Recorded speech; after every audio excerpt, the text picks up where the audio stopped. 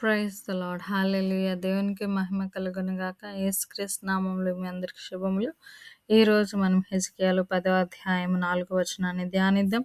యెహోవా మహిమ కెరూబుల పైనుండి ఆరోహణమై మందిరపు గడప దగ్గర దిగి నిలిచెను, మరియు మందిరము మేఘముతో నిండెను. ఆవరణము యెహోవా తేజో మహిమతో నిండెదాయెను. ఆమేన్. హల్లెలూయా! ఎంతో చక్కని లేఖన భాగం ప్రభువు మనకి ఈరోజు ఇచ్చారు.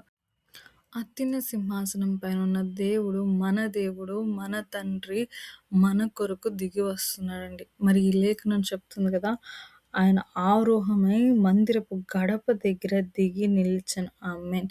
హల్లెలూయా! ఆయన కెరూబుల కంటే పైన మన మనకు ఇంపార్టెన్స్ ఇస్తున్నారండి.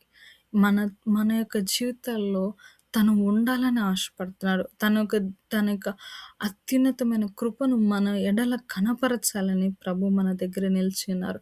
మందిరము అంటే దాని పర్యాయ పదాన్ని గాని మనం చూస్తే ఆలయము.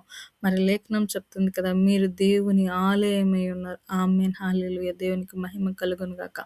మన జీవితం నుంచి ప్రభువు కోరుకుంటుంది ఆయన యొక్క మహిమను మనలో నింపాలి అని.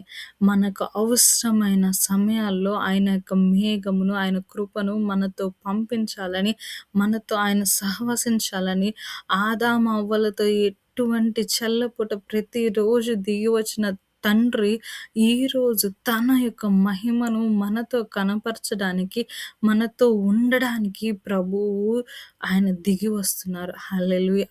అటువంటి దేవుడు మనం కలిగి ఉన్నాం.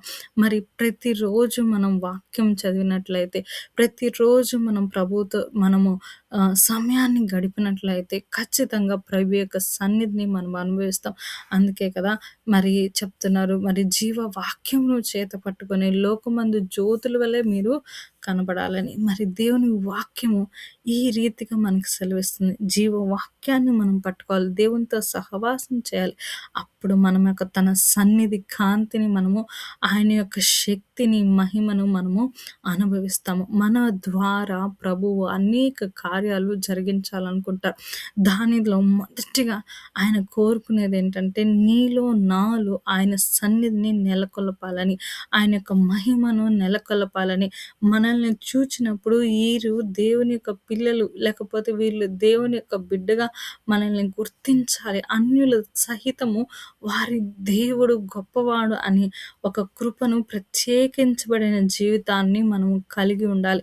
మనం దేవుని మహిమతో, పరిశుద్ధాత్మ దేవునితో నిండబడిన వారు అయితే ఈ లోకములో మనకి ఎటువంటి పాలు ఉండదు. ఎందుకంటే దేవుడు పరిశుద్ధుడు, పరిశుద్ధుడు, పరిశుద్ధుడు. ఆయన నిత్యము పరిశుద్ధుడే. ఆయన ప్రతిగానాలతో కొనియాడబడిన దేవుడు పాపులమైన మనము మన యొక్క వృథ జీవితంలో ఆయన మహిమను నింపాలనుకొని మన కొరకు దిగి వచ్చిన దేవుడు. ఎంత గొప్ప దేవుడు మనకు కలిగిన. ఇటువంటి దేవుడు దొరకటం మన అదృష్టం అండి. ఇటువంటి దేవుడు మనతో ఉండటం మన జీవితంలో ఒక ధన్యత అండి. ఏ దేవుడు కూడా పిలిస్తే పలుకుతాడా, లేకపోతే వాళ్ళు మాట్లాడితే వింటాడా అని ఎవరు చెప్పరండి. మన దేవుడు he moves, he talks, he listens, he answers. అటువంటి దేవుడు మనకు కలిగి ఉన్నాడు. అందుని బట్టి దేవునికి మహిమ కలుగును గాక. మరి ఆ మందిరం మేఘముతో నిండి ఉన్నది. ఆ మేఘంతో నింపుతున్నారు. ఎందుకు నింపుతున్నారు? ప్రభు యొక్క పరిశుద్ధాత్మ దేవుని యొక్క శక్తిని నింపాలనుకుంటున్నారు. నీలో, నాలో, మన జీవితాల్లో, మనకు కలిగిన వారి జీవితాల్లో పరిశుద్ధాత్మ దేవుని యొక్క సహవాసంతో మనం నింపబడి ఉండాలని ప్రభు ఆలోచిస్తున్నారు, లేకపోతే ఆయన ఉద్దేశిస్తున్నారు. మరి ఒక్కసారి జ్ఞాపకం చేసుకుంటారు. మనము దేవుని యొక్క బిడ్డలంగా మనం ఉన్నప్పుడు ఆయన చెప్తున్నాడు, నేను ఈ లోకమునకు వెలుగై ఉన్నాను. ఆయన వెలుగులోకి మనం రావాలి. మనం జీవవాక్యమును చేత పట్టుకొని అడగాలి, ప్రభువా నన్ను నీ మార్గంలోకి నడిపించయా, నన్ను నీ మహిమతో నింపయా. నా యొక్క పరిస్థితిలో, ఇరుకుల్లో, ఇబ్బందిలో, నా యొక్క అవసరంలో తండ్రి నేను ఎటు వెళ్ళలేక నేను నిలబడిపోయి ఉన్నాను ప్రభువా. I was stagnated in my situation my lord.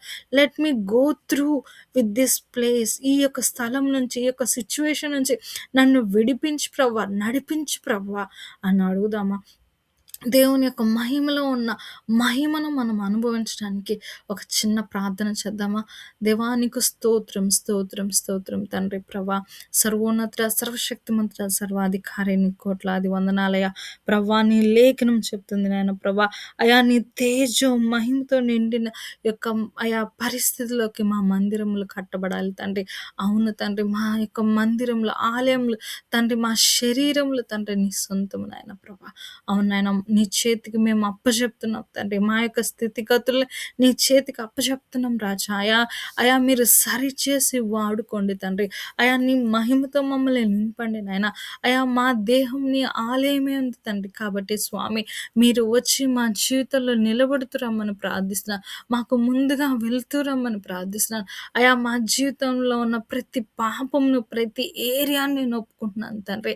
ప్రభా ప్రతి ఒక్క సిన్‌ని తండ్రి ప్రభా, కమిటెడ్ సిన్‌ని తండ్రి ప్రభా, డ్రీమ్స్‌లోనూ తండ్రి ప్రభా, మా యాక్షన్స్ ద్వారాను, మా మాటల ద్వారాను ప్రభా, మా హృదయ ఆలోచనల ద్వారా, ప్రతి దాని ద్వారా ప్రభా నేను ఒప్పుకుంటున్నాను తండ్రి ప్రభా. మా జీవితంలో ఉన్న ప్రతి ఏరియాని తండ్రి ప్రభా, యు క్లెన్స్ లార్డ్ తండ్రి ప్రభా.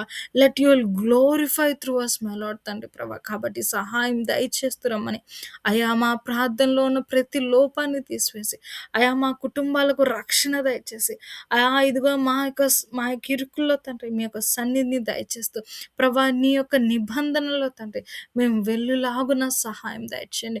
అయా నీకు ఒబీడియన్స్ చూపించే బిడ్డలుగా మమ్మల్ని తయారు చేయండి ప్రభా. మేము ఆలోచన లేకుండా తండ్రి, నీ దగ్గర ఆలోచింప చేయకుండా తండ్రి, మేము ఏ డిసిషన్స్ తీసుకోకుండా ఉంటకు సహాయం దయచేయండి. అయా మా ఆత్మల ఉజ్జీవాన్ని దయచేయండి. అయా మా శారీరక, మానసిక, ఆత్మీయ రుగ్మతలను కడగమని తండ్రి ప్రభా నీకిష్టమైన పాత్రలుగా మమ్మల్ని మలచండి. అయా ఈ ప్రార్థనలు ఎవరెవరైతే ఏకీభవిస్తున్నారో వారందరిని బట్టి నిన్ను స్తుతిస్తున్నాను తండ్రి. వారందరిని బట్టి అయా నీ ఆత్మ అభిషేకంను బిడ్డల మీద తీసుకొని రమ్మని ప్రార్థిస్తూ అడిగిన వాడు అక్కమర్షును నజరేయుడైన యేసుక్రీస్తు నామమున అడిగి వేడుకుంటున్నాను తండ్రి. ఆమేన్. హల్లెలూయా. దేవునికి మహిమ కలుగును గాక. యేసుక్రీస్తు నామములో మీ అందరికి శుభములు.